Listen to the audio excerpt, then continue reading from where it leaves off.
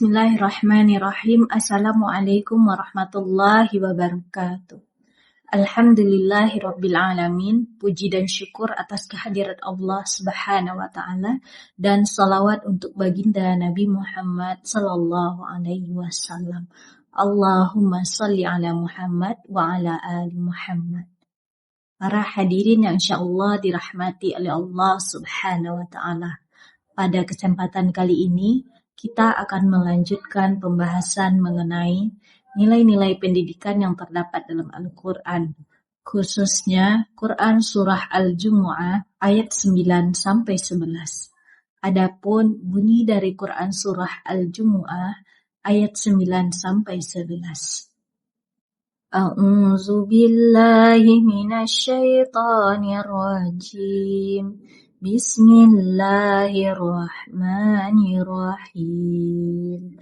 Ya ayyuhalladzina amanu idza nudiya lis-salati min yaumil jumu'ati fas'au ila dzikrillahi wa dzarul bai' dzalikum khairul lakum in kuntum ta'lamun.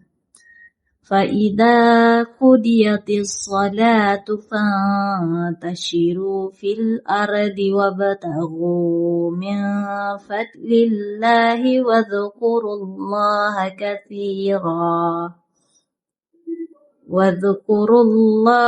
كَثِيرًا لَعَلَّكُمْ تُفْلِحُونَ. فَإِذَا رَأَوْا تِجَارَةً أَوْ لَهْوًا انفضوا إليها وتركوك قائما قل ما عند الله خير من اللهو ومن التجارة والله خير الرازقين. Shadaqallahul azim.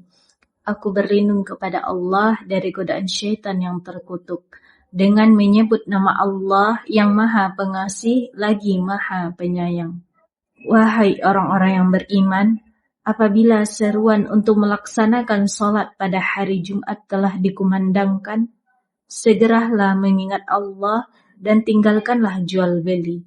Yang demikian itu lebih baik bagimu jika kamu mengetahui.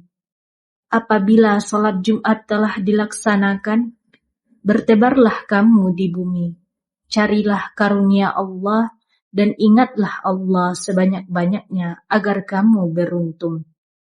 Apabila sebagian mereka melihat perdagangan atau permainan, mereka segera berpencar menuju padanya dan meninggalkan engkau Nabi Muhammad yang sedang berdiri berkhutbah.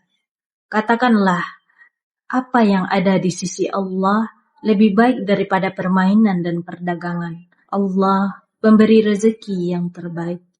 Maha benar Allah dengan segala firman. Adapun asbabun nuzul dari Quran surah Al-Jumu'ah ayat 9 sampai 11, yaitu yang pertama ayat 9 turun sebagai perintah kepada kaum mukmin agar segera memenuhi panggilan salat Jumat ketika azan telah dikumandangkan. Jadi pada awal masa Islam itu di Madinah, sebagian kaum mukmin itu dia sibuk mencari aktivitas perdagangan dan pekerjaan ketika waktu Jumat itu telah tiba. Oleh karena itu Allah menegaskan kewajiban untuk meninggalkan segala bentuk transaksi dan kesibukan duniawi untuk menghadiri salat Jumat serta mendengarkan khutbah.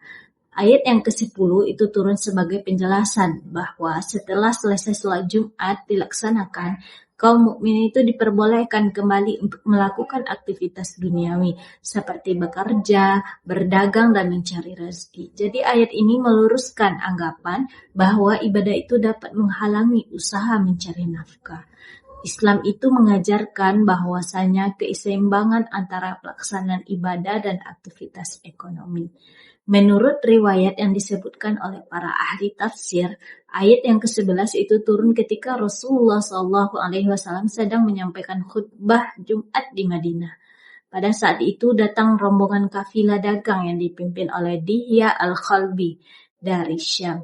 Ketika para sahabat mendengar kedatangan kafilah tersebut, sebagian besar jamaah itu meninggalkan khutbah dan bergegas menuju tempat perdagangan karena kebutuhan ekonomi dan kelangkaan bahan makanan. Hanya sedikit para sahabat yang tetap bersama Rasulullah SAW untuk mendengarkan khutbah. Jadi peristiwa inilah yang menyebabkan turunnya Quran Surah Al-Jumu'ah ayat 11. Adapun nilai-nilai pendidikan yang terdapat dalam Quran Surah Al-Jumu'ah ayat 9-11, yaitu yang pertama pendidikan ketaatan kepada Allah.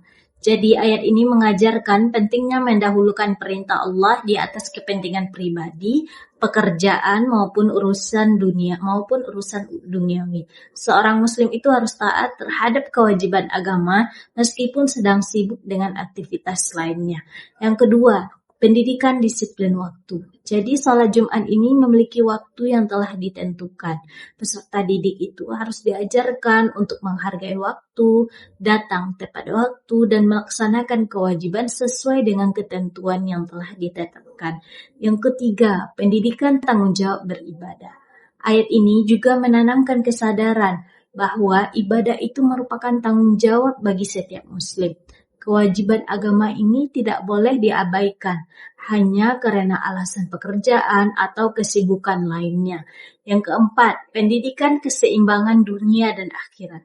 Jadi, Islam mengajarkan keseimbangan antara kehidupan dunia dan kehidupan akhirat. Setelah melaksanakan ibadah sholat Jumat, umat Islam itu dianjurkan kembali untuk bekerja dan mencari rezeki yang halal. Hal ini menunjukkan bahwa agama tidak melarang aktivitas ekonomi, akan tetapi mengaturnya agar tetap seimbang antara dunia dan akhirat. Yang kelima, pendidikan prioritas dalam kehidupan. Ayat ini juga mendidik manusia untuk mampu menentukan skala prioritas. Ketika kewajiban kepada Allah datang, maka kepentingan dunia harus ditempatkan setelahnya. Yang keenam, yaitu pendidikan kesungguhan dalam menuntut ilmu. Jadi mendengarkan khutbah Jumat itu merupakan bentuk mencari ilmu dan nasihat keagamaan. Ayat inilah yang mengajarkan pentingnya fokus menghargai proses pembelajaran, dan tidak meninggalkan majelis ilmu hanya karena godaan duniawi. Yang ketujuh, pendidikan pengendalian diri. Seorang muslim itu harus mampu mengendalikan keinginannya terhadap keuntungan materi dan hiburan agar tidak melalaikan kewajiban agama. Sehingga nilai inilah yang akan membentuk karakter yang lebih sabar, bijaksana, dan bertanggung jawab. Yang kedelapan, yaitu pendidikan etika sosial. Jadi, kehadiran dan perhatian saat khutbah Jumat itu menunjukkan sikap menghormati pemimpin, guru, dan pemberi nasihat. Hal ini akan menumbuhkan adab yang baik dalam kehidupan seseorang, baik itu dalam kehidupan keluarga, masyarakat, maupun dalam proses pembelajaran. Semoga kita semua dapat mengambil pembelajaran yang ada dalam Quran Surah Al-Jumu'ah ayat 9-11 dan menerapkannya dalam kehidupan kita sehari-hari. Akhirul kalam, nun wal qalami wa ma yasturun. Wassalamualaikum warahmatullahi wabarakatuh.